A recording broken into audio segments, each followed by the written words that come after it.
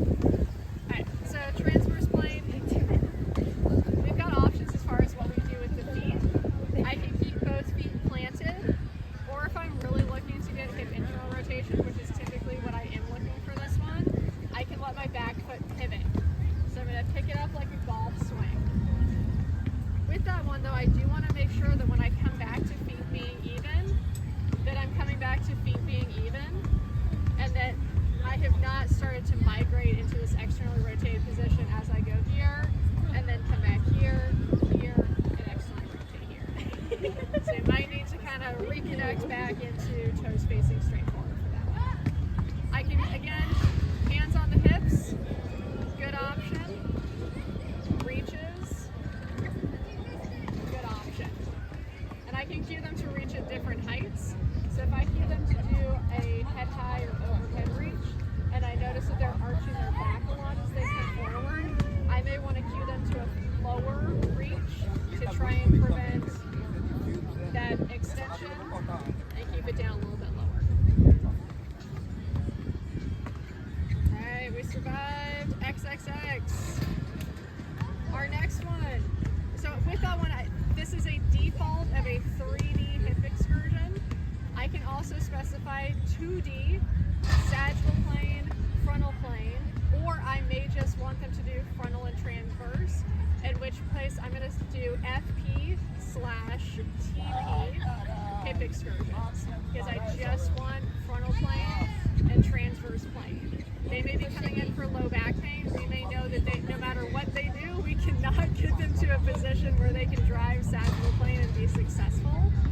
With that one, if they're not successful there, then we may start to go into different positions. Our first different position is called a split stance, which means that I'm going to take my one foot, either RXX or LXX, if I'm just doing foot in front. If we're looking for different positions there, then there may be something else in that SLtt syntax that's going to tell me the position. Here, for a split stance, we're going to do right foot forward. So my right foot is going to come forward so that the toes of my left foot are about at the arch of my right foot. It is a small split stance. It is not a Bulgarian split squat, huge lunge. We are just creating a little bit of space. We might want to do that to create a little bit of a posterior nominal rotation on my right side. By taking my foot forwards, I get a little bit of posterior nominal rotation on my right, relative anterior nominal rotation on my left. This also creates a left pelvic rotation.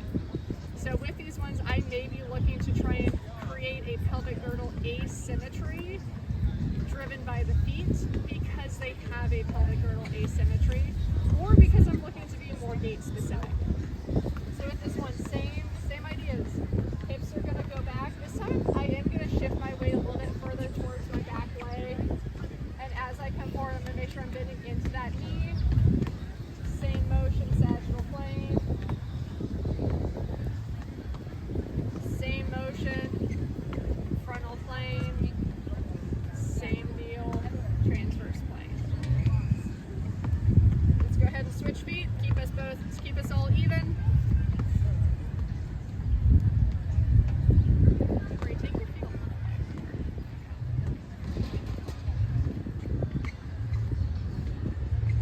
Anybody notice anything different when you go RXX versus LXX? Does one feel easier, harder, tighter? It's okay if it does. If you guys are all young and healthy, sometimes when we are older, that's not always the case. Common things that we may do in a split stance position would be to elevate the foot. So it says split stance, RXX, LXX with an arrow towards or to. That's going to refer to what the front foot is coming up to. Typically, we're going to be coming to the true stretch to a 4-inch to a 6-inch.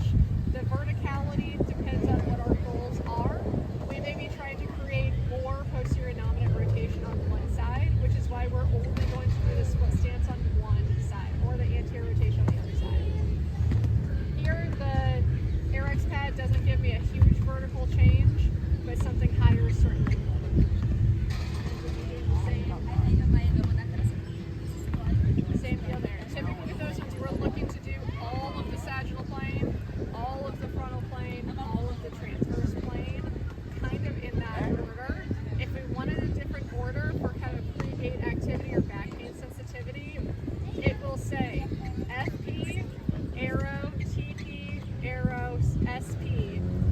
frontal, then transverse, then sagittal plane if we want it to go in a specific order.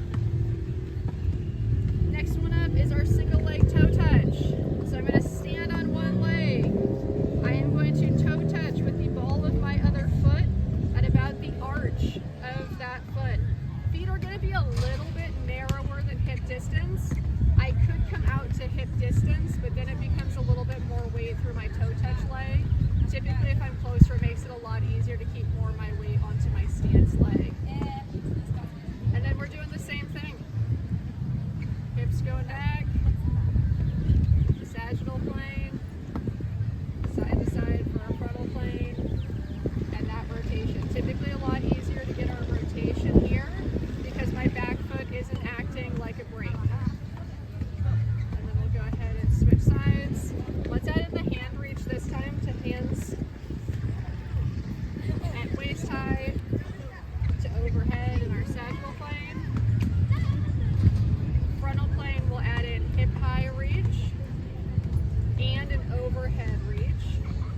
So we start to see how much more control we need through our trunk and through our hips when we start creating that longer lever arm versus maybe a little bit more stretch down low. Transverse plane will go kind of shoulder high. We can also do opposite rotation rather than cross body reaches.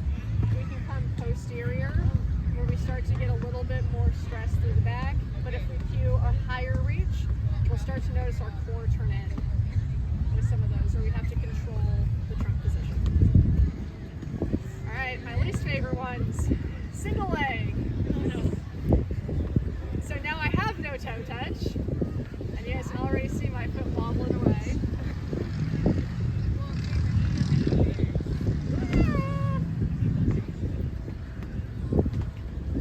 I can add in my hand reaches.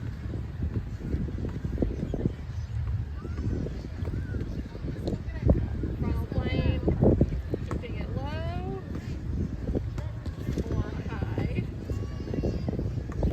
And then our transverse plane. And if your arch and calf aren't burning with those, I'm impressed. So this is where we may be challenging some single leg and some really higher level balance with these ones, where we're changing where their center of mass is over that base of support.